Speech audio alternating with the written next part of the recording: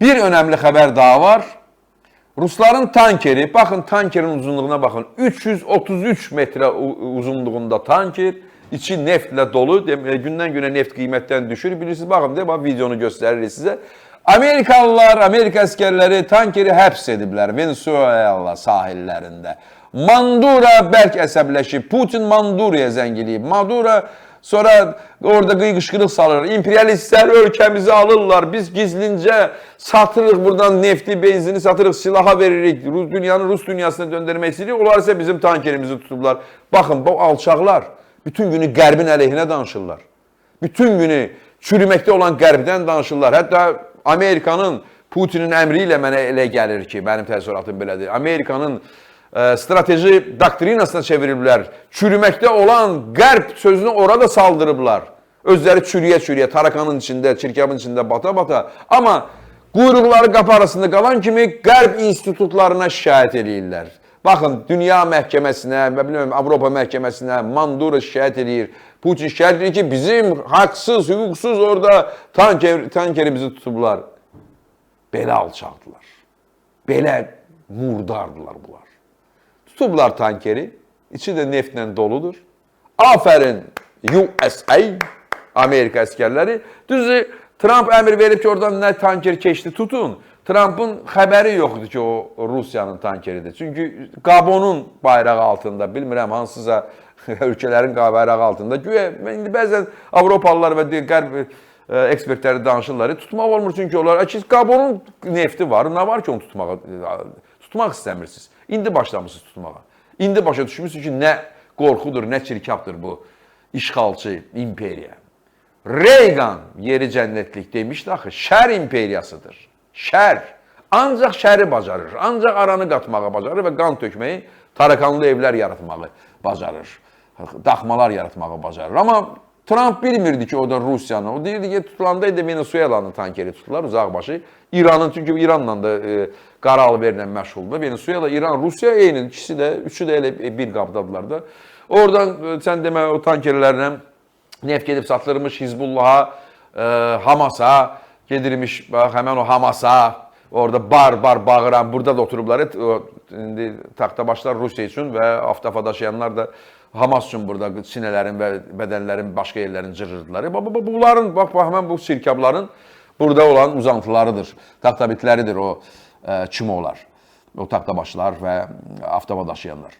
Yəni, görürsünüz, bu nefti satırdılar qara bazarda. İndi qiyməti düşüb deyənə lap ucuz qiymətə satırlar. Amma silah alıb göndərirləmiş Hizbullaha, Hamasa, sonra Donbasa. Bu isə Donbasa gedən neft imiş. Həmən o Donetsk'a, Donbasa gedən pul imiş ki, nefti satırlarmış ki, oradan silah alıb və ümumiyyətlə də pul gəlsin ki, orada müharibəni davam etdirə bilsinlər. Amerika tutub və bilirəm ki, Trump indi əsəbləşib. Üzə vurmur sadəcə və bəlkə də gizlində indi Putin də zəng edir ki, nə sən, axı bizim mən neyini, mən görəyim, valla demişdim elə, oranı mühasirə alsınlar, mən axı bir şey eləməliyəm, baxı, hər yerdə uduzmuşam da, Trump deyir məsəl üçün, mən belə təsəvvür edirəm. Putinə telefonda deyir ki, bəs mən neyiniyim, axı, deyir, necə neyiniyim, mənim axı, demişdim mənə tarif qoyma, İrana tarif qoyma, Şimali Koreyaya tarif qoyma, onlar mənim dostlarımdır, Mandura ilə işin yoxdur, deyir ki, mən ancaq mühasirə almışdım, onun istəyirində tankerini tutub, sənin tankerin çıxıb. Hər yerdə bunun tankeridir də. Sonra yəqin deyib ki, bax, mənim vəziyyətim pisdir, bax, mən Hamasa da uduzmuşam, Hamas yerindədir, Trump deyir. Getdim orada Vutkovu, Vityoku göndərdim Zityokuna. Getdilər Kuşnerlə, nəsə danışdılar, gəldilər orada. İndi Hamas yenə atır, yenə yerində, silahlı yerindədir. Qəzzadan da heç kim köçürdə bilmədim. Orada da bax, Hamasa da uduzmuşam, Qəzzaya da uduzmuşam.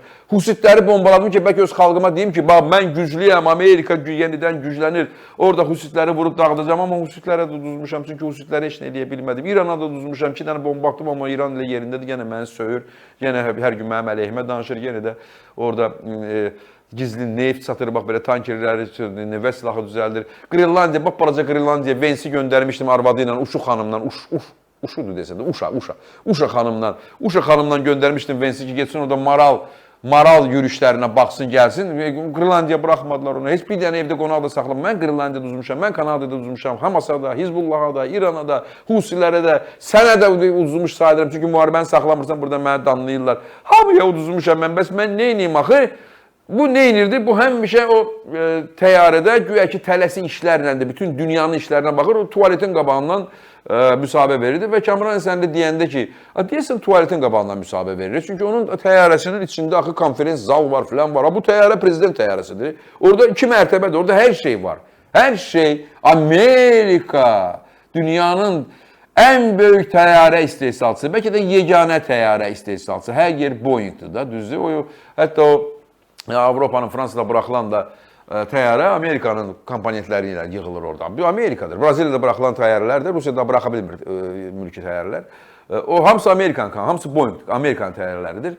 Amerika prezidentinin təyyarəsi təbii ki, o tuvaletin qabağındadır və mənə də danlayırlar ki, bəsdir də, qapıdan belə onun manierası elədi. İndi məlum olub ki, o məqamda da Kamran Həsənli düz deyirmiş. Trump elə tuvaletin qabağından müsahibə verilmiş. Baxın bu videoya. Açıldı hər şeyin üstü. Interview this week. Hello. Somebody's in there. Come on out. Hoppa. Necə demişik elə elədir. Kuku. Yəni bilirsiniz necədir? Tuvaletdən çıxıb belə elə bir başda eləyir bütün dünya. Görün nə haldadır bugün Amerikanın siyasəti. Görün siyasət hansı düşüncədə ola. Yatır bütün Biden'a gülürdü. Bütün görüşlərdə yatır. Amma bəla onun yatmağında deyil. Yaşlı kişidir də, 80 yaşı var da. 80 yaşında adam istiyə düşəndə kimsə bala-balaca danışanda yatar da. Biz bu yaşda gəlib yatırırıq bəzi yerlərdə, düzdür. Amma faciə və qorxu ondadır ki, ona deyəndə ki, sən yatırsan o əsəbləşir. O deyir, düz danışmırsınız, deyin ki, mən yatmıram. Deyin ki, mən qalibəm. Mən ən gözələm, mən ən uğurluyam, 8 müharibə saxlamışam. O bilirsiniz, məşhur belə Dədə Qorqud filmində vardı. 7 dərə keçdim, 7 dağ keçdim, danışırlar, gəlib Beyrəki axtaranda məruzə edirdilər Qazanxana. Bu həmən o Qazanxana yox, amma bütün dünyaya məruzə eləmək eyni şeyi deyir. 8 müharibə saxladım, mən olsaydı müharibə olmazdı, hamısını Biden eləyib, bu mənim müharibəm deyil, mən xilaskaram, hansı 8 müharibə. Artıq deyirdi ki, Kambodja ilə Taylandın arasında müharibəni saxlamışam. Tayland müharibəyə başlayıb Kambodja ilə. Tayland dövlət başına sual verirlər ki, axı bəs Trump demişdi müharibəni saxlayıb. Bizim xəbərimiz yoxdur. Trump bax müharibəni saxlayıb ki. 8 müharibə 1. Ruanda Afrikada müharibə başlayıb bu 2. Hamas orada yenə də atmağa başlayıb, Hüsut atmağa bu 3. Deməli, Rusiya müharibəsini saxlaya bilməmişsən, bu 4. Hansı müharibəni saxlamışsan? Azərbaycanla Ermənistan müharibəsi sən hakimiyyətə gəlməmişdən 2 il əvvəl bitib o müharibə. Və üstəlik də o müharibə sülhlə bitməyib. Bizim zəfərimizlə və haqlı qələbəmizlə bitib. Biz orada zəfər çalmışıq. Biz kim? Türkiyə və Azərbaycan. Yaxşı, deyirsən 8 müharibəsi, biz razıyıq. Oldu, qol çək bura. Gəl bu yolun da üstündə deyən. Çox böyük bizim siyasi uğurumuz var. Çox böyük uğurumuz var. Yəni o yolu Rusun əlindən alıb biz Amerikaya vermirik. Amerikanın nəzarətinə veririk. Bugün Trump hakimiyyətdədir, sabah hakimiyyətdə deyil. Başqa adam Amerikadır. Ona görə də bəzən bəzi siyasətçilər var. Bəzən siyasətçilərin dedikləri, buradakı siyasətçilər dedikləri ki, yoxdur. Nə deyir? Deyərik, düz deyirsən. O bizim onsuz uzaqdayıq. Amma Amerika, böyük və Ukrayna və Avropa böyük təhdid altındadır. Böyük çətinliklər altında. Çünki bu adamların siyasətdən heç bir anlayışı yoxdur. Bütün dünyanı Rus dünyasına çevirmək istəyir.